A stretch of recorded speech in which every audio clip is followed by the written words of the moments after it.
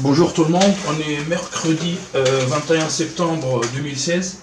Je continue la correction de la deuxième question de la partie A, exercice 1 de l'ECRICOM 2016, option économique. Donc,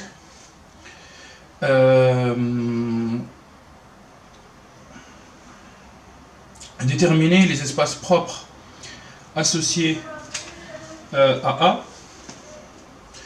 Nous avons, dans une vidéo précédente, nous avons trouvé que 1, 2 et 3 sont valeurs propres de A. Donc on commence avec le premier espace propre associé à 1. Donc, pour cela, on va prendre un vecteur X appartenant à M31 de R, c'est-à-dire un vecteur à 3 lignes et une seule colonne. Donc X, alors il existe petit x, petit y, petit z dans R, tel que grand X s'écrit sous cette forme. D'accord? Je commence en fait par E1 de A, le sous-espace propre associé à 1 de A. On peut aussi noter en fait cet ensemble CEP A, virgule 1. Donc X appartient à l'espace propre E1A signifie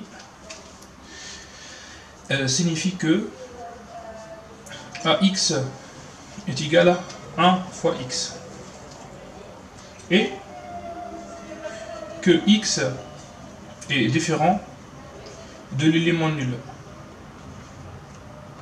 de M31 de R. Donc j'ai le droit d'écrire cette équation sous cette forme, donc A moins l'identité fois X est égal à A0 M31 de R. Bien sûr, et X différent de l'élément nul de cet espace. Donc, j'ai le droit d'effectuer ce produit. On sait que A est une matrice d'ordre 3, I, l'identité de M3 de R, est une autre matrice d'ordre 3, c'est-à-dire 3 lignes et 3 colonnes. Donc A moins I est une matrice contenant 3 lignes et 3 colonnes. X est une matrice contenant 3 lignes et une seule colonne. Donc on voit bien que le nombre des colonnes de A moins I coïncide avec le nombre des lignes de X. Donc j'ai le droit d'effectuer ce produit matriciel, ce qui va nous donner une matrice contenant 3 lignes et une seule colonne. Voilà, donc qui possède la même structure que 0, M31 de R. Voilà, donc d'après les questions précédentes, je calcule A moins I, donc j'obtiens 2, moins 2, 2, moins 1, 0, 3, 4, moins 2, moins 2, fois notre vecteur X. Donc X, Y, Z est égal à 0, 0, 0. Donc, en effectuant le produit, enfin ce produit matriciel, on obtient un système à 3 équations, donc 2x moins 2y plus 2z est égal à 0, moins x plus 3y moins 2z est égal à 0, et 4y moins 2z est égal à 0.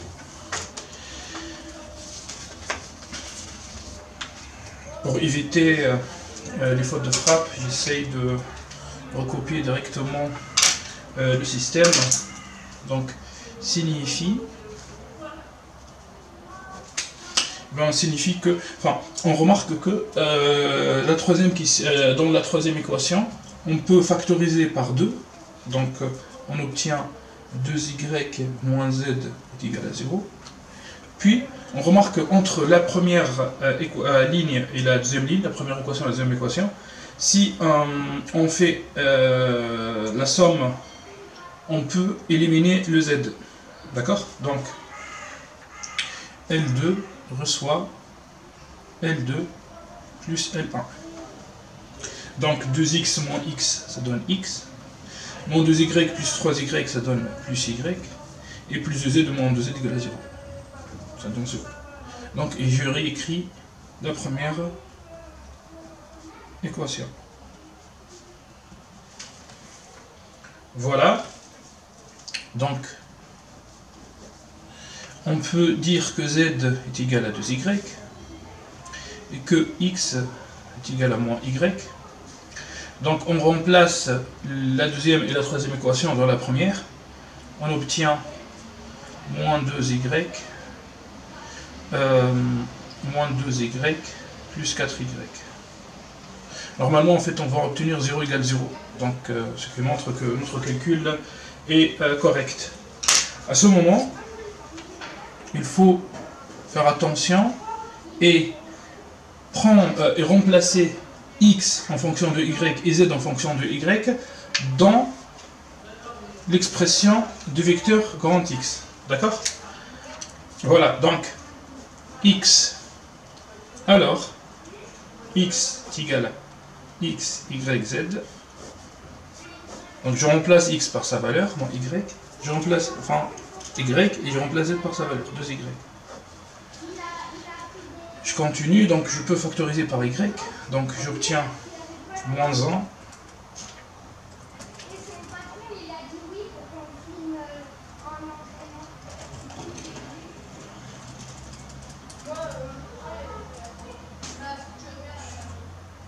Donc j'obtiens moins 1, 1 et 2. Il s'agit bien d'une combinaison linéaire, puisque grand X, le vecteur grand X s'écrit comme un scalaire appartenant à R fois un vecteur de M3, 1 de R.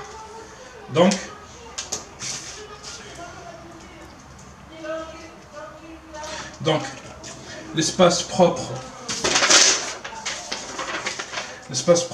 E1, donc E1 de A, ce n'est que l'espace engendré par une famille contenant un seul vecteur, moins 1, 1, 2. Une combinaison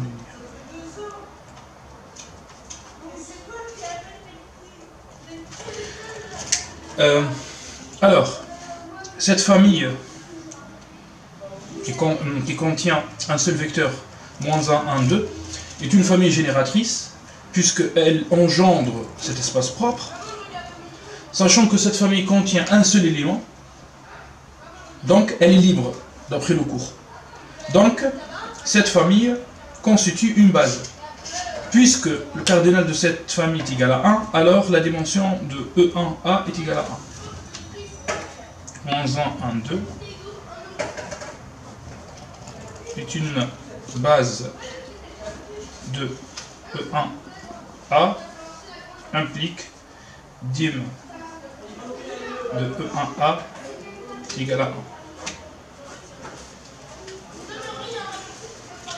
1. À ce niveau, vous pouvez me demander en fait pourquoi à un moment donné j'ai introduit l'espace des matrices à 3 lignes et une seule colonne.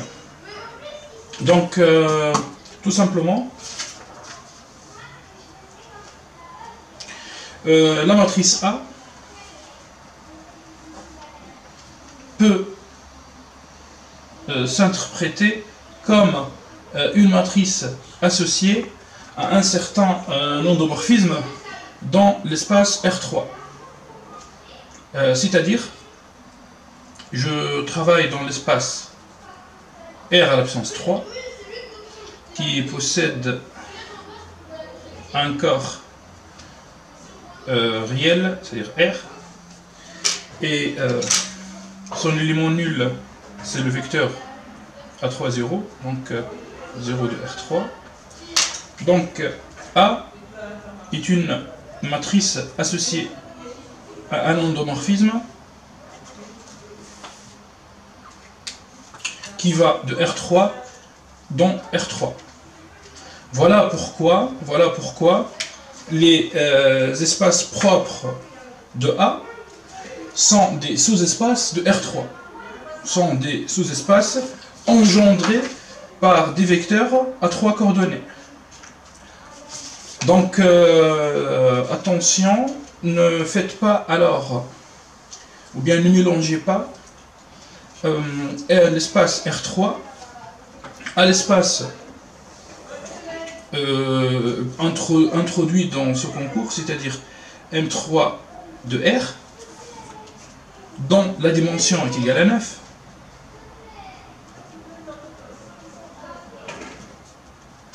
enfin 3 au carré, et tel que A est un élément de cet espace. D'accord? Donc maintenant, si on veut par exemple travailler dans M3 de R, on peut définir un autre endomorphisme phi qui transforme une matrice d'ordre 3 à une autre matrice d'ordre 3. Voilà, là je trace le corps R.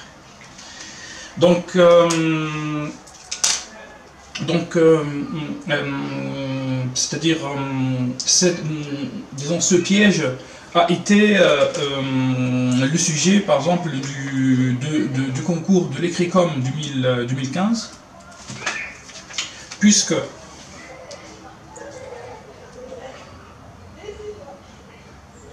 l'ECRICOM 2015,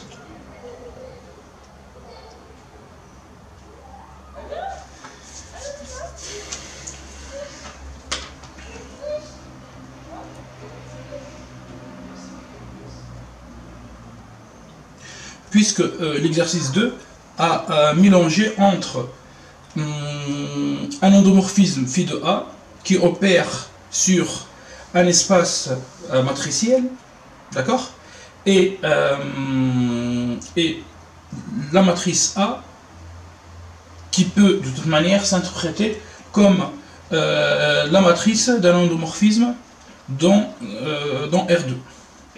Voilà pourquoi, par exemple, dans la question 2, vous allez, c'est-à-dire on va passer d'un ensemble des matrices d'ordre 2 à une matrice d'ordre 4.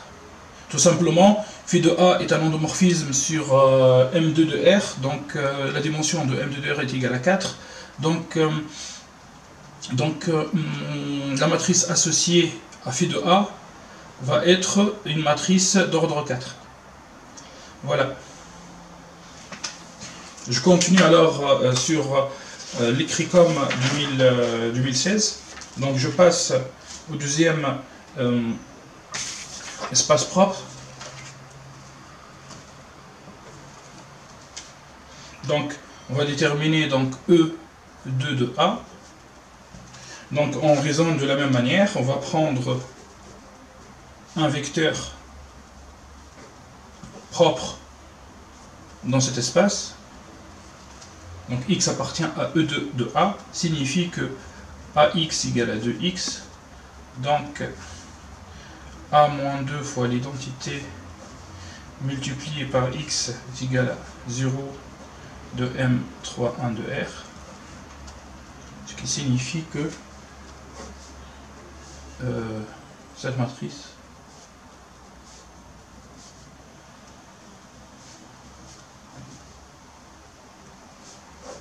multiplié par x, y, z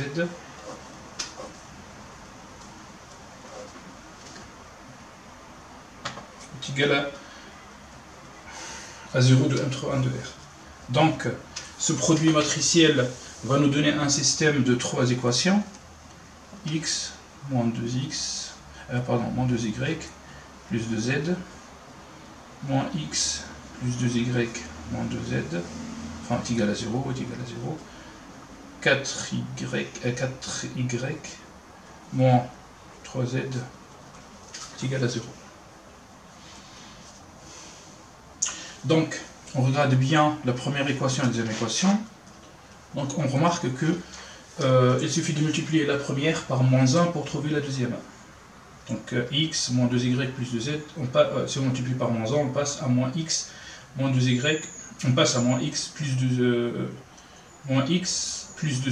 moins 2z. Donc il suffit d'écrire en fait, c'est-à-dire une seule équation, puis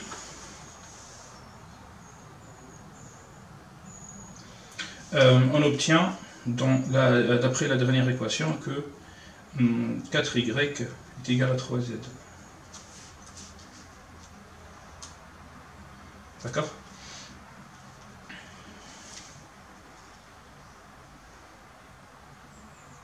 Donc, il suffit de remplacer, par exemple, dans la première équation, 2y par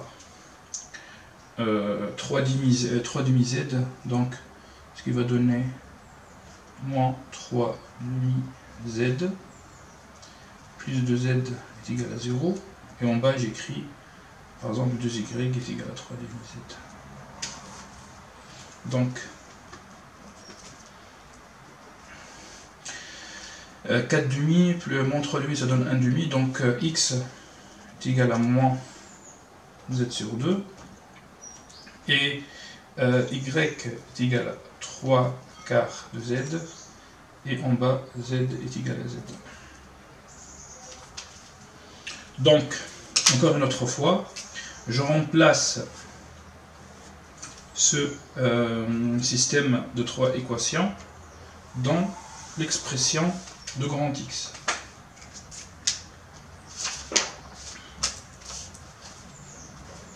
Alors,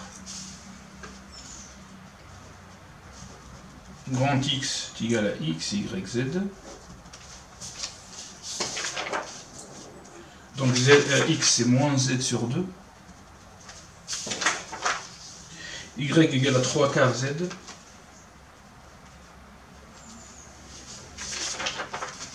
Et Z égale à Z. Je sors le Z, puisqu'il se répète dans les 3 coordonnées. Donc je passe à moins 1 demi, 3 quarts et 1. Il s'agit alors, donc nous avons réussi à écrire x comme une combinaison linéaire d'un scalaire de R fois un vecteur de M, 3, 1 de R.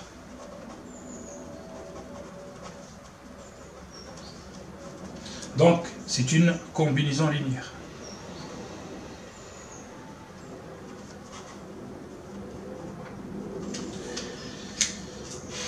Alors, E2 de A est engendré par une famille, par cette famille génératrice qui contient un seul vecteur, qui possède 3 coordonnées, moins 1 demi, 3 quarts et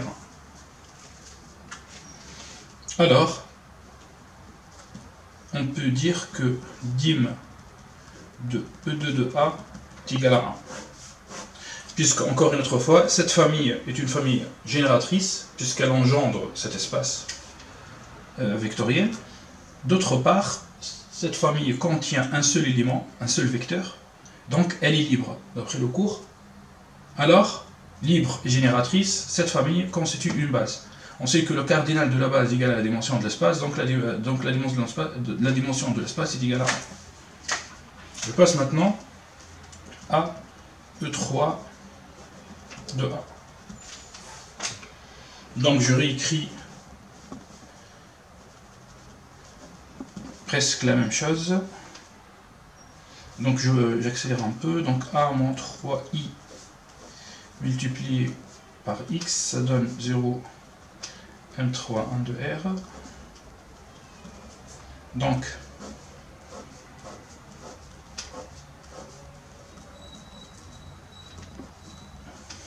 nous avons 0, 3 moins 3 égale à 0, moins 2, 2, moins 1, 1, moins 2, 0, 4 et moins 4. J'obtiens alors un système à 3 équations. Moins 2y plus 2z est égal à 0. Moins x plus y moins 2z est égal à 0. Et 4y moins 4z est égal à 0. On remarque alors qu'il suffit de multiplier la première équation par moins 2, ou bien la première ligne par moins 2, pour trouver la troisième ligne. Donc, j'écris à partir de maintenant uniquement la première ligne, qui va nous donner que y est égal à z. Je remplace directement la valeur de y en fonction de z, donc moins x est égal à z de moins 2z, ça donne moins z, j'envoie le z de l'autre côté, et j'obtiens que moins x est égal à z. Donc signifie que x est égal à moins z, y est égal à z, et z est égal à z bien sûr.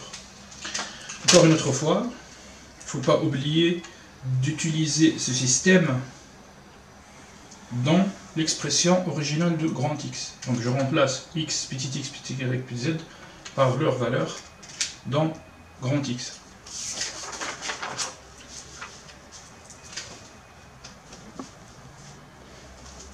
Alors, grand X, x, y, z, est égal à moins z, z, z.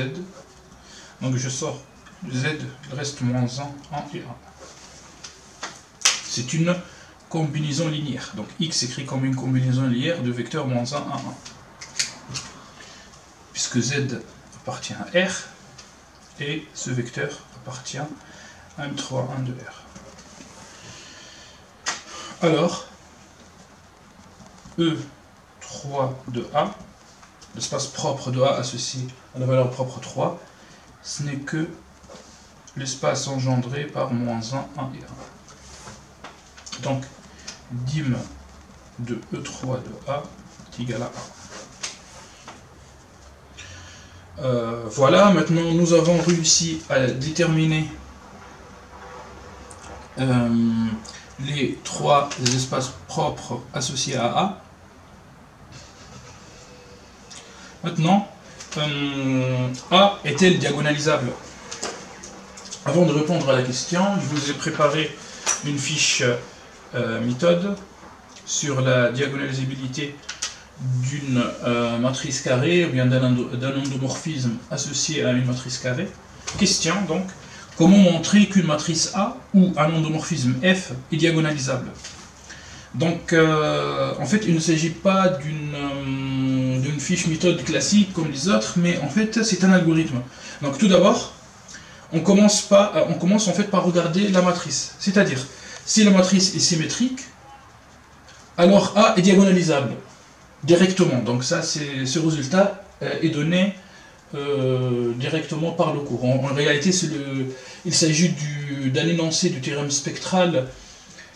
En fait, si A est une matrice à coefficient réel et A est symétrique, alors A est diagonalisable.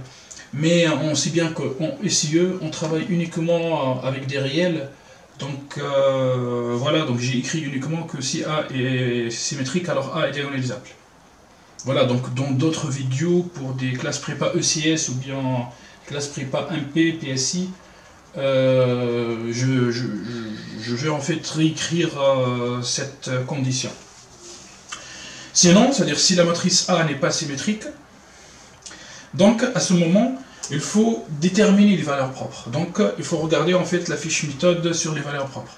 Alors, je lis, sinon, si A appartenant à Mn de R, c'est-à-dire une matrice d'ordre n, et A possède n valeurs propres distinctes, 2 à 2, alors A est diagonalisable.